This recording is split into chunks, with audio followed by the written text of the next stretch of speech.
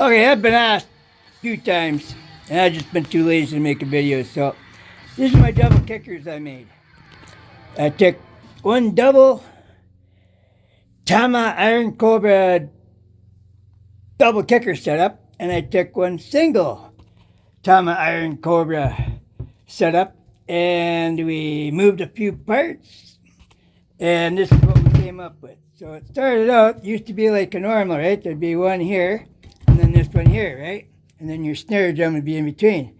But this way, now I can reach way over here, because I got a really bad back, right? But before that, it was really hard for me to hit my 7 and 8, right? Or even these ride cymbals over here. So with that said, I built these. I came up with the idea with my drum tech at McQuaid. And anyways, I said, hey, listen, I got these double kickers. Is there any way we could make these like the offset kind? And he said, well, Iron Cobra is the one, if you get the older ones, they all have the D for your drive shaft, right? That's what I call a drive shaft, like for your car, right? So I call that the drive shaft. I had to get another drive shaft from another setup. That was the Yamaha setup, but it all works same. It had the D, right? So these are a D in here. And as long as the D fits, you're good to go. And Iron Cobra is one of the only ones that do that, so I was told.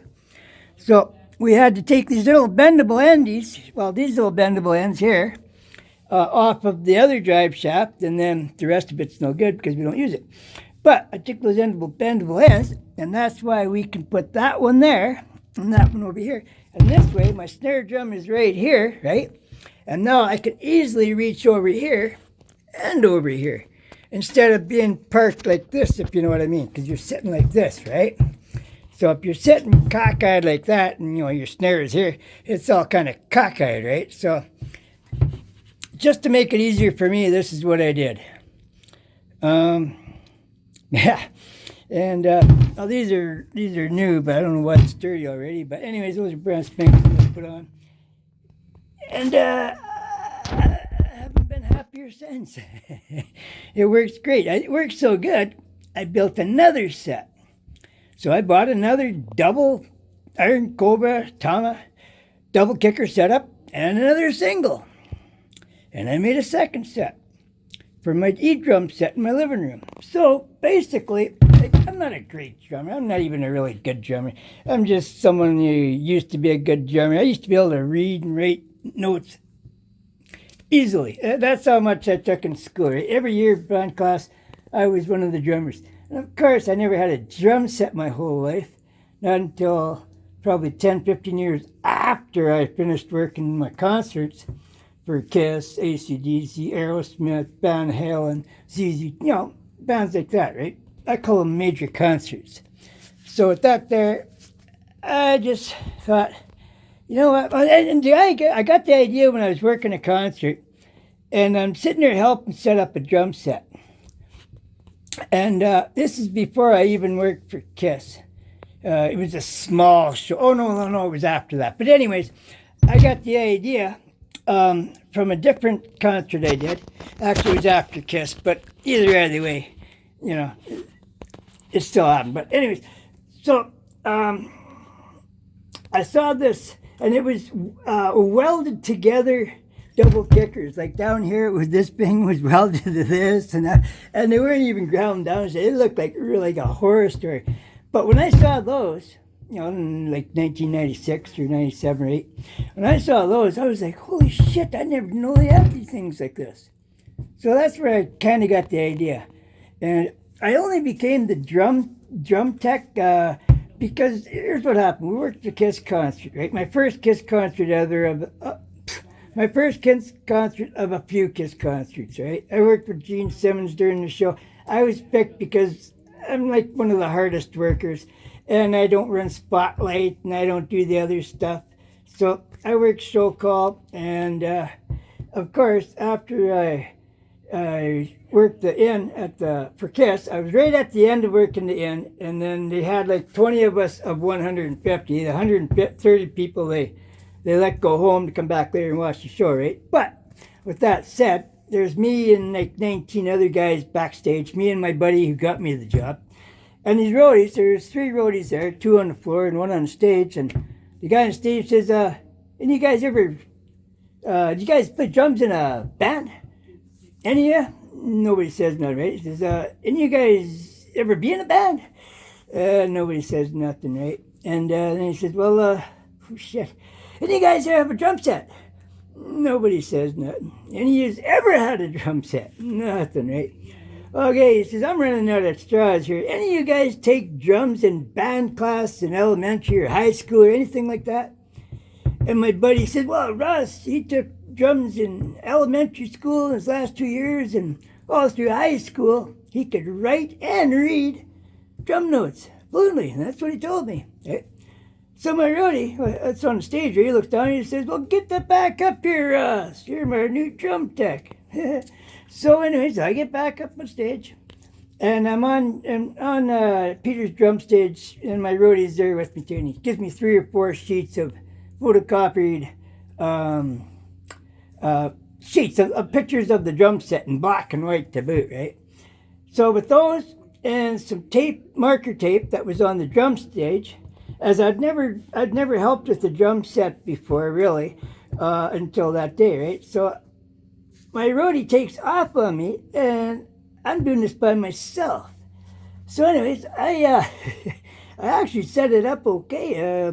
My roadie is pretty amazed, and he says, well, you know what, Ross, you did pretty good at that. Would you like to do sound check? And I'm like, I've never done sound check. What do? He says, well, you just hit the tom-toms or whatever you ask and stuff, and then go from there. Oh, yeah, sure, I can do that. Shit, yeah, okay. And then, after that, they let me drum a little bit my own, right? Which was kind of funny. But anyways, I got my... I'm sitting there for stage sound check, right? And I'm looking out, and I got 2 roadies out there, and they can see me pretty good. But, you know, we're not so far away that you can't see stuff, right? So I'm holding my drumsticks upside down. I got the pointy white ends down at the bottom of my fist, right? And butt ends are showing, right? So I said to the guy, if you see me doing anything wrong or something that you don't want me to do, just say it and we'll go from there. So yeah, okay. So I'm sitting there and I'm showing my sticks, and I'm showing them so they can see the sticks. I'm not, saying, hey, look at my sticks, but I'm making it so they can see the sticks are being held wrong. So anyways, one of the roadies says, Ross, you're holding your sticks wrong. I said, I look right behind them, right? And I go, holy shit. So of course, those 2 roadies, those front of house roadies, they turned their heads around, and the 2 roadies that were standing there watching, hanging out, they turned around to look too. While he did that, guess what I did? I flipped both sticks, nice and slow because I had lots of time, right? But I just give them a quick flip, and next thing you know, they turn back around. I said, did you see that, guys? And they go, no, fuck, what was it? I said, oh, well, not that important, I guess. Anyways, what were you saying? And my roadie's looking at me now going, this son of a bitch is holding those sticks right. So anyways, that was my first time ever being a drum tech ever. And after that, I was, of course, the drum tech because there was nobody else that ever played drums. And that was only because I took drum class in band class in elementary, my last 2 elementary schools years, and all through my high school years. I was in band class with drums. And the thing with that is, I never had a drum set at home to practice with.